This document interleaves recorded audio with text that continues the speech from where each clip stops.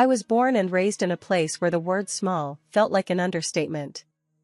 Our town was a dot on the map, a place you'd miss if you blinked while driving through. My parents were the hard-working sort, the kind who woke up before dawn and didn't hit the sack until the stars were high in the sky. Despite their backbreaking work, the dream of sending me off to university remained just that, a dream. Growing up, I learned the value of $1 and the weight of hard work. By the time I was old enough to work, I was more than ready to roll up my sleeves. My first job was slinging hash at the local diner, a greasy spoon that saw more locals than it did out-of-towners. It wasn't glamorous, but it was honest work, and it paid the bills, or at least some of them. Anna, table 4 needs a refill on their coffee, and don't forget, the Hendersons like their pie with extra whipped cream. My boss, a stout man with a voice that could carry across the diner without the slightest effort, would often bellow. "Yes, sir," I'd reply, hustling over with the coffee pot in one hand and balancing a slice of pie in the other. The regulars were like clockwork, with their predictable orders and familiar faces. It was comforting, in a way, to know exactly what each day would bring. As time went by, I climbed the ranks from waitress to administrator, a title that sounded fancy but really meant I was juggling more responsibilities for slightly better pay. The diner became my second home, and the people there, my second family. Then, at 25, my life took a turn I never saw coming. I met Michael at the diner, of all places. He was unlike anyone I'd ever met, polished, educated, and with manners so fine they could have been straight out of a book. He stumbled into our little establishment one rainy afternoon, looking like he'd taken a wrong turn and ended up miles from where he meant to be. "Excuse me, ma'am," he said, his voice soft and hesitant. "Could I trouble you for a cup of coffee? And maybe some directions?" I couldn't help but smile. "Sure thing, sugar. Take a seat anywhere you like, and I'll be right with you." That cup of coffee turned into hours of conversation, and before I knew it, I was falling head over heels for this shy, awkward man who seemed to find solace in our quaint little diner. Michael worked for a consulting firm, a job that sounded as foreign to me as if he'd said he was an astronaut. He talked about his work with a passion that was infectious, and I found myself hanging on his every word. One day, fed up with his shyness and sensing he felt the same way about me, I took the plunge. "Michael, why don't we make this official? You and me, an item," I blurted out, my heart pounding in my chest. He looked at me, his eyes wide with surprise, before a slow smile spread across his face. "I thought you'd never ask," he said. It wasn't long before talk of marriage started to circulate. The ceremony was modest, but I didn't pursue luxury either. We were together, and that's the main thing. After Michael and I tied the knot, I thought the hardest part was behind us. I was dead wrong. If dealing with Mrs. Brown before was like navigating a minefield, living with her as my official mother-in-law was like being in the middle of an active war zone without any armor. It started small. Comments here, a snide remark there. But soon, it was like she had a checklist of everything she could possibly criticize about me, and she was ticking off boxes with glee. One evening, I was in the kitchen, trying to make dinner for Michael and me. I thought cooking his favorite meal would be a nice gesture. Mrs. Brown walked in, her eyes scanning the kitchen like she was looking for something to pounce on. "What on earth are you making? It smells like a garbage dump in here," she sneered, her nose wrinkled in disgust. I clenched my jaw, trying to keep my cool. "It's Michael's favorite, spaghetti carbonara," she huffed, peering over my shoulder. "That's not how you make carbonara. You're ruining it. Here, let me show you how it's done." Before I knew it, she had elbowed her way in, taking over the stove. It wasn't just my cooking she had a problem with. Everything I did was under scrutiny. One day, she cornered me as I was cleaning the living room. "Anna, do you even know how to clean properly? Look at this dust. It's like you're not even trying. My son deserves to live in a clean house, not whatever this is," she barked, running her finger along the mantelpiece and showing me the speck of dust she'd found. I bit back a retort, my hands tightening around the dust cloth. I'm doing the best I can, Mrs. Brown. I work too, you know. Her lips twisted into a mocking smile. Oh, I know all about your job. But really, darling, waiting tables is hardly a career. You should be focusing on taking care of Michael, not gallivanting around a restaurant. The worst part wasn't even her words, it was how Michael reacted, or, more accurately, didn't react. He seemed to shrink whenever his mother started in on me, becoming that shy, awkward man I'd first met in the diner, unable to stand up to her. One night, after Mrs. Brown had gone on a tirade about how the dishes weren't washed to her standards, I confronted Michael. Can't you see what she's doing? She's trying to make me look bad, Michael. You have to talk to her, I pleaded, my voice thick with frustration. He sighed, running a hand through his hair. I'll talk to her, okay? Just give it some time. She'll come around. But things didn't get better. They got worse.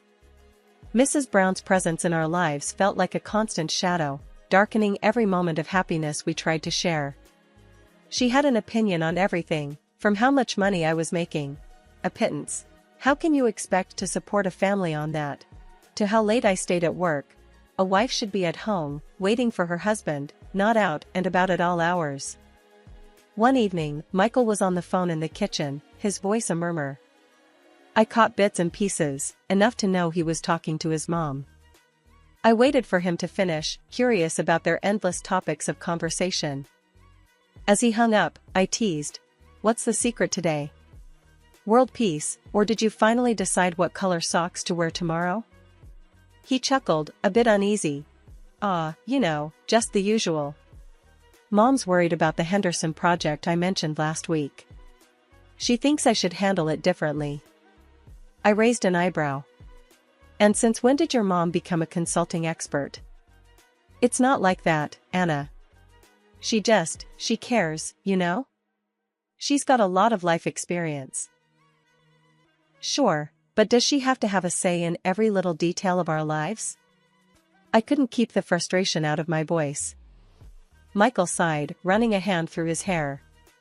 I know it seems like a lot, but she's all I have. We've been through so much together. I wanted to understand, I really did. But there was a difference between being close and being controlled. I decided to let it go, for the moment. A few days later, the reality of their bond slapped me in the face again. We were having dinner, just the two of us, a rarity these days. The conversation was light, the mood almost perfect, until his phone rang. One look at the caller ID, and I knew our peaceful dinner was about to be interrupted. Sorry, I have to take this, Michael said, already standing up. Let me guess, your mom? I couldn't hide my annoyance. He winced. Yeah, she's having trouble with her computer again. I told her I'd help.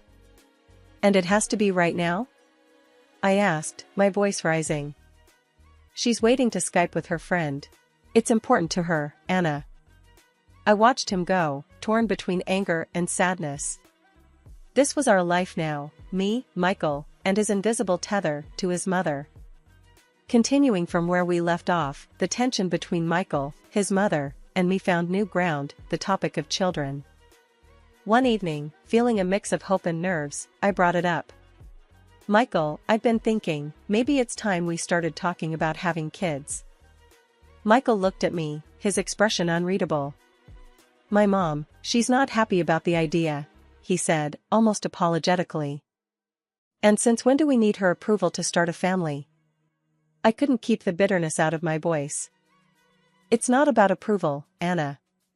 She thinks we're not ready, that having kids will distract you from taking care of me and our home. I was flabbergasted. Distract me? Michael, are you seriously telling me you agree with her? He shuffled uncomfortably. I think she has a point. Maybe it is too early for us to think about children. His words felt like a betrayal. It wasn't just his mother's influence anymore, it was him choosing her side over our shared dreams. As I navigated the complexities of my marriage, weighed down by the shadow of my mother-in-law's influence, I realized I needed something for myself, a beacon of independence. That's when the idea of going back to school crept into my mind. Michael didn't mind, but he didn't support me either. He was only interested in how much money I would spend on my studies and how it would affect my employment. The decision to enroll was the easy part. Balancing work, school, and a tumultuous home life was a Herculean task. Nights became a blur of textbooks and diner shifts, with the added spice of Mrs. Brown's ever-watchful eye critiquing my every move. Spending all this time on your studies, neglecting your duties at home. Is that what a good wife does? Mrs. Brown's voice was like a needle, always pricking at my resolve. But I was above that. After years of juggling work and night classes, I finally graduated from university. It felt like a dream when I was offered a position at a top restaurant chain. The job was not only a step up for me professionally, but also came with a paycheck that far exceeded anything I had ever earned. I poured my heart and soul into my work, often staying late to ensure everything ran smoothly. This dedication to my career, however, took a toll on my relationship with Michael. One evening, after coming home later than usual, I found Michael lounging on the couch, absorbed in some game on TV. The house was a mess, and there was no sign of dinner. Exhausted, I dropped my bag and said, "Michael, could you help out a bit around here? Maybe start with dinner once in a while?" He barely glanced my way before replying, "Why? You're doing just fine on your own. Besides, I've been helping Mom with her bills and stuff. She needs me." His words hit me like a ton of bricks. Helping your mom? What about us? Our bills are piling up, and you're telling me you're giving your money to her? Michael turned off the TV and faced me, his expression one of defiance. "Yeah, I am. You're making more than enough now. My mom needs my support." I was floored. So, what? I'm supposed to handle everything else on my own while you play mommy's little helper? Don't start, Anna. She's my mom. She needs me, he retorted, his tone final. The conversation spiraled from there. Our finances, once a shared responsibility, became a battleground. Michael stopped contributing to our joint account altogether, insisting that since I earned more, I should bear the financial burden alone. His visits to his mother's house became more frequent, leaving me to fend for myself at home. One night, as I sat alone at the kitchen table, surrounded by bills and takeout containers, I tried again. "Michael, we need to talk. This isn't working. I need you to pitch in, both financially and around the house." He shrugged, indifferent. "I told you, Anna, my mom comes first. You wanted this big job, so deal with the responsibilities that come with it." I was at my wit's end. "Your mom comes first? What about your wife? Remember me?" His response was cold, calculated. "If you're not happy, figure it out. I'm doing what I need to for my mom." The tension at home had reached a boiling point. Michael's constant absences and refusal to contribute had left me feeling more like a single person managing a household than a partner in a marriage. It wasn't just the physical and financial contributions that were lacking. It was the emotional support, the companionship, the partnership that marriage was supposed to be built on. It all came to a head one particularly stressful evening. I had just come back from a long shift, the weight of my day hanging heavily on my shoulders. The house was silent, Michael's presence notably absent yet again. A quick glance at the clock confirmed he was over at his mother's, a fact that stung more with each passing day. I dialed his number, my patience thinning. "Michael, where are you? It's nearly 10 p.m., I said, trying to keep my voice steady. "Oh, hey, Anna. I'm at Mom's. Lost track of time," he replied, his voice too casual for my liking. "Lost track of time? Really? Because it seems to me you've lost track of a lot more than that lately." I snapped back, frustration boiling over. "What's that supposed to mean?" he retorted, a defensive edge creeping into his tone. "It means that I'm here trying to keep our lives together while you're off playing dutiful son. It's not fair, Michael. It's not fair to me," I said, the words pouring out. There was a pause, a heavy silence that filled the space between us. "We'll talk when I get home," he said finally, before hanging up. But we didn't talk when he got home. Or the next day. The conversation we needed to have kept being pushed aside, buried under excuses and avoidance. The turning point came unexpectedly. I received a call from my mom, her voice shaky, on the other end of the line. "Anna, it's your dad. He's very ill." I promised her I'd be there as soon as I could. Hanging up, I turned to Michael, expecting some kind of support or understanding. Instead, his reaction left me floored. "Why would you go? You're not a doctor. What can you possibly do?" Michael asked, his tone more accusatory than concerned. I stared at him, disbelief washing over me. "He's my dad, Michael.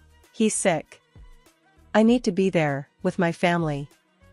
Michael shook his head, his stubbornness kicking in. "And what about your job? You're just gonna risk it all for an old man on his deathbed?" His words stung, a slap across my face. "How can you even say that? This is my father we're talking about." He was unmoved, his stance rigid. "I forbid you to go. We can't afford for you to lose your job over this." "Forbid me?" I echoed, my anger rising. "You can't forbid me from anything, especially not when it comes to my family." Without waiting for his response, I packed my bags and left. His words echoed in my ears, a bitter reminder of the gap that had grown between us. I drove to my parents' house with a heavy heart, torn between concern for my dad and outrage at Michael's callousness. The days that followed were a blur of hospital visits and helping Mom around the house. Dad was seriously ill, and being there for him, being a part of my family when they needed me most, felt right. It was where I needed to be, despite Michael's objections. When I finally returned home, the silence that greeted me was deafening. Michael's belongings were untouched, indicating he hadn't been home since I left. It was clear where he had been spending his time, his mother's house. Another conflict occurred after I returned home tired. There, in our living room, sat my mother-in-law, perched like a queen awaiting an audience. The look on her face told me this wasn't a social visit. My husband was there too, looking like he'd rather be anywhere but here. The tension was thick in the air. "Sit down, we need to talk," my mother-in-law commanded, her voice sharp, cutting through my weariness. I barely managed to suppress a sigh as I took a seat opposite them. I was too tired for whatever this was going to be. "It's about your neglect," she started, each word laced with disapproval. "You've been too caught up with work. This house is falling apart, and my son is being neglected. You need to change your ways, focus on what's important. If not, a divorce might be the only solution." Her words were like a slap in the face, but what stunned me more was my husband's reaction. He just sat there, nodding along to his mother's tirade as if I wasn't even in the room. I turned to him, searching for some sign of support, some hint that he'd stand up for us. But there was nothing. Just that passive acceptance of his mother's words. "You really believe that?" I asked him, my voice tired but laced with disbelief. He wouldn't meet my eyes. "Mom's got a point, Anna. You've been distant. Something's got to give." I looked from him to his mother, feeling a mix of anger and disbelief. Was this really happening? Was I being given an ultimatum by the woman who had done nothing but make my life difficult since day one? And my husband, was he really siding with her over me, over us? I leaned back, my exhaustion momentarily forgotten, replaced by a clarity I hadn't felt in months. "You think I'm the problem here? That simplifying my life, quitting my job, and playing house will fix everything?" Neither of them said a word, their silence a loud affirmation of their stance. I shook my head, a weary laugh escaping me. "I'll think about what you've said," I told them, my voice calm, almost detached. They seemed taken aback by my response, probably expecting me to argue or break down. As I excused myself and headed to bed, leaving them in stunned silence, I felt a mix of fear and liberation. The road ahead was uncertain, but for the first time I was allowing myself to consider walking it on my own terms. But then a terrible thing happened. Dad died, unable to cope with his illness. The days following Dad's funeral were a blur. I went alone because Michael made it clear he wouldn't stand by me, even threatening divorce if I lingered with Mom during this tough time. When I got back, the sight that greeted me was colder than any words Michael had ever spoken. Divorce papers, already signed by him, were laid out on the kitchen table like some twisted welcome home gift. It didn't take me more than a heartbeat to decide. I signed them, feeling a mix of relief and a burning desire to start fresh wash over me. I didn't waste any time. I packed my things, organized Michael's into boxes, and texted him they were waiting for him. "Mom, it's done. I'm moving out," I told her over the phone, my voice steadier than I felt. "Oh, honey. Come stay with me. We'll figure this out together," she offered, her voice a beacon of hope in the storm. But I had a different plan brewing.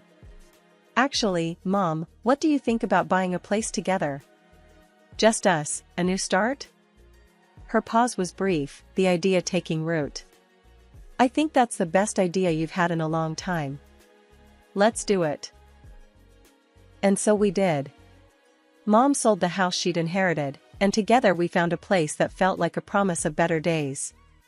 It was more spacious than anything I'd imagined, with rooms that whispered of new beginnings and a large living room that seemed to echo with future laughter and conversations. I used the money I'd saved, money that had once been ours but had grown into a testament to my independence. It covered the mortgage, making our new life not just a dream but a comfortable reality. "Our new home," Mom said, her arm around my shoulders as we looked around the empty living room, imagining the life we'd build. "Yeah, our fresh start. Just us, and no looking back," I replied, feeling the truth of my words down to my bones. Living with Mom in our new home, I began to feel the weight of the past lifting off my shoulders. Each morning brought a sense of possibility, a chance to build something new and wholly ours. Our days were filled with the mundane yet comforting tasks of setting up home, interspersed with moments of planning our future. It was a calm evening, just me and Mom enjoying some tea, when suddenly there was a knock at the door. Opening it, I couldn't believe my eyes. There stood my ex-husband Michael and his mom, as if they had any right to show up unannounced. Without waiting for an invitation, they barged in, looking around like they owned the place. Michael's mom, ever the bold one, wasted no time. "We've decided. We're moving in here with you tomorrow," she announced as if it was the most natural decision in the world. I couldn't help it, I burst into laughter. "Move in? Here? This is my house, not a free hotel for lost souls." Michael, trying to sound authoritative, chimed in. "Anna, I'm still your husband. I have a right to live in your house." The laughter that escaped me was half disbelief, half amusement. "Oh, Michael, dear, you're not my husband anymore. Remember those divorce papers you so graciously signed?" The color drained from his face. I thought you wouldn't sign them." "It was just to scare you," he stammered, looking more lost than ever. His mom, catching up to the conversation, turned her wrath towards him. "You fool. Why didn't you talk to me before doing something so stupid?" Watching them argue was like watching a soap opera unfold in my living room.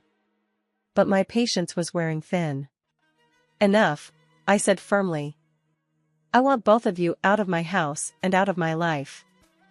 But they weren't done yet. Michael's mom, in a last-ditch effort to salvage the situation, made an outrageous offer. "We're willing to forgive you, Anna. Come back to Michael, and we can talk about having a child." The audacity of her offer was the last straw. "Forgive me? For what, exactly?" "It's time for you two to leave. For good." As they realized I wasn't budging, Michael's mom played her final card. "We need money." Michael lost his job, and I couldn't help but laugh again. "You're asking me for money? After everything you've said and done?" "I think not." Finally, I showed them to the door, a wave of relief washing over me as it closed behind them. Turning back to Mom, we shared a look of disbelief before bursting into laughter. "That's the end of that chapter," I said, more to myself than to her. "Good riddance," Mom replied, her smile telling me she was just as relieved. From that day on, our focus was on building our new life, free from the shadows of the past. We made plans to pay off the mortgage on our new home, turning it into a place of joy and peace. As for Michael and his mother, last I heard, they were bouncing from one rental to another, always arguing about money. It was a fitting end for them, I suppose.